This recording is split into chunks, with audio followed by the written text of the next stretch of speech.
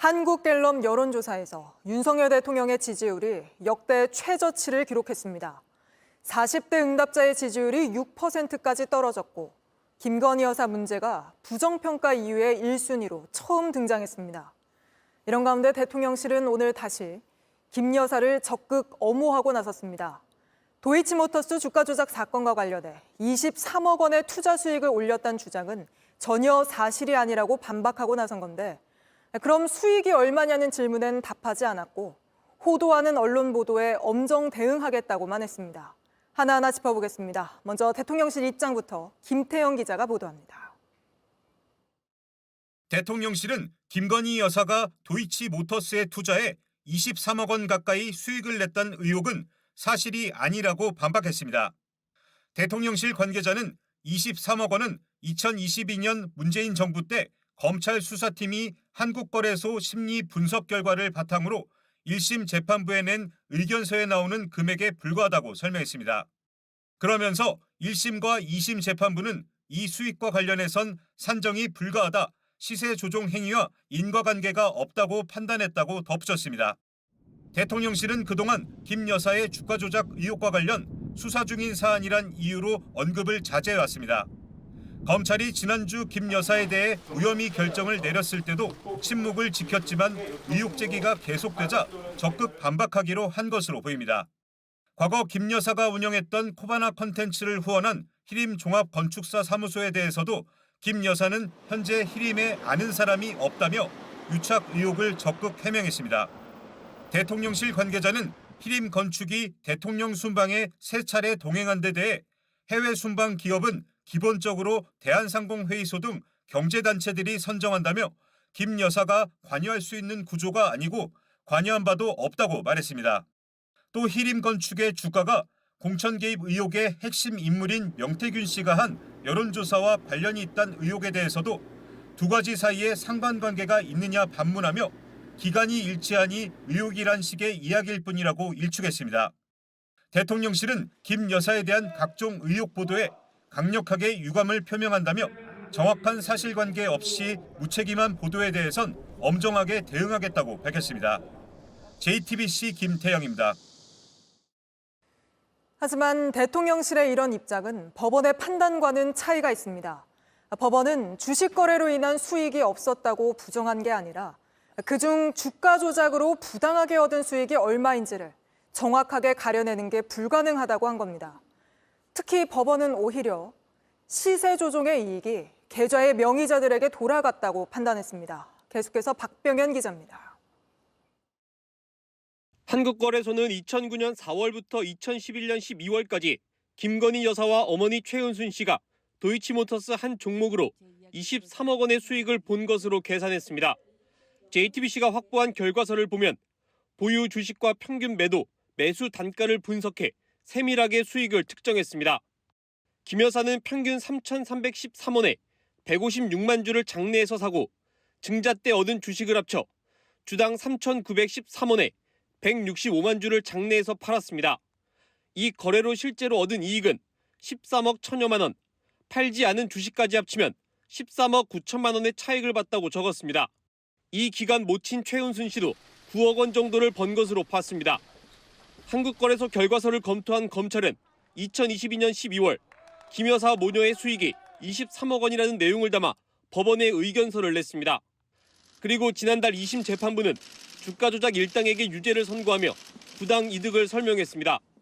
3년여 동안 주가 변동 전체가 시세 조종에 의한 것이라고 볼 수 없다며 부당 이득 액수를 가려내는 건 불가능하다고 했습니다. 다른 외부 요인도 영향을 줄 수 있다는 것일 뿐 부당 이득이 없다는 게 아닙니다. 되레 법원은 시세 조종으로 인한 거래 이익은 계좌 명의인들에게 돌아간 것으로 보인다고 판단했습니다. 김 여사 모녀 수익이 23억 원이 아니라고 밝힌 대통령실 입장과는 다른 겁니다. JTBC 박병현입니다. 이어서 법조팀 연지환 기자와 스튜디오에서 좀 더 짚어보겠습니다. 자, 연 기자, 김건희 여사에 대한 검찰 무혐의 처분이 나오고 대통령실이 입장을 밝힌 건 이번이 처음 아닙니까? 네, 그렇습니다. 지난 17일에 검찰이 무혐의 처분을 했으니까요. 8일 만에 입장이 나온 겁니다. 네. 법원이 인정하지 않는 주장을 사실인 것처럼 하는 일부 보도에 대해선 엄정 대응하겠다 이렇게 밝혔는데요. 수익 관련 부분에 대해서는 이 적극적으로 대응을 하면서 압박에 나선 것으로 풀이됩니다.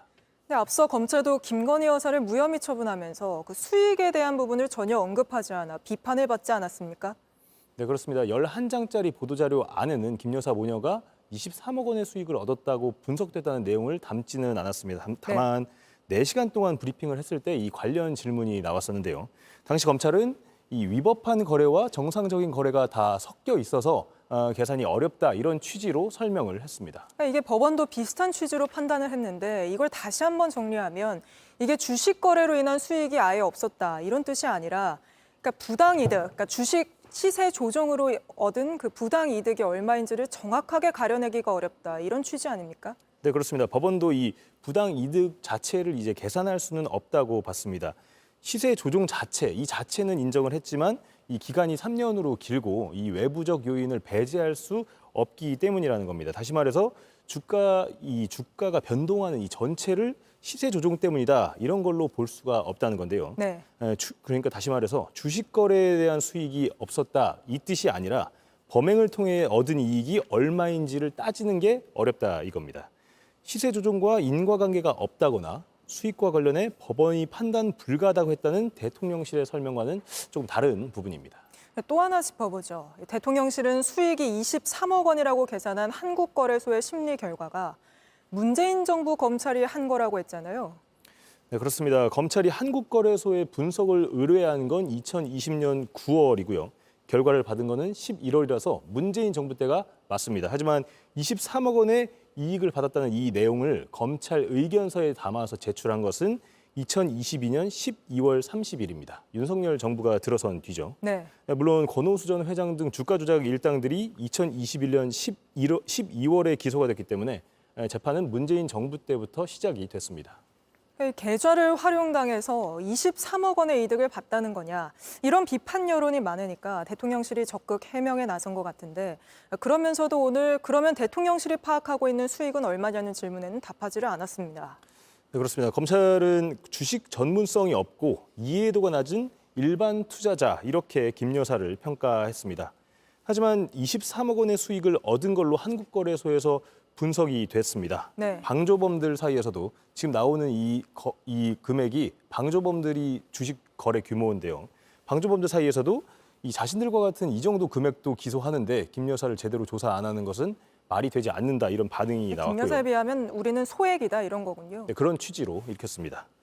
네, 특히 JTBC가 보도한 BP 패밀리나 김건희 여사만 빠지는 걸 우려한 2차 주포 김모 씨의 편지 그리고 김 여사가 있는 자리에서 권오수 전 도이치모터스 회장이 수익의 30에서 40%를 약속했다는 진술 등 이 핵심 의혹에 대해서는 아무런 설명을 하지 않았습니다. 알겠습니다. 오늘은 여기까지 짚어보겠습니다. 연지환 기자였습니다.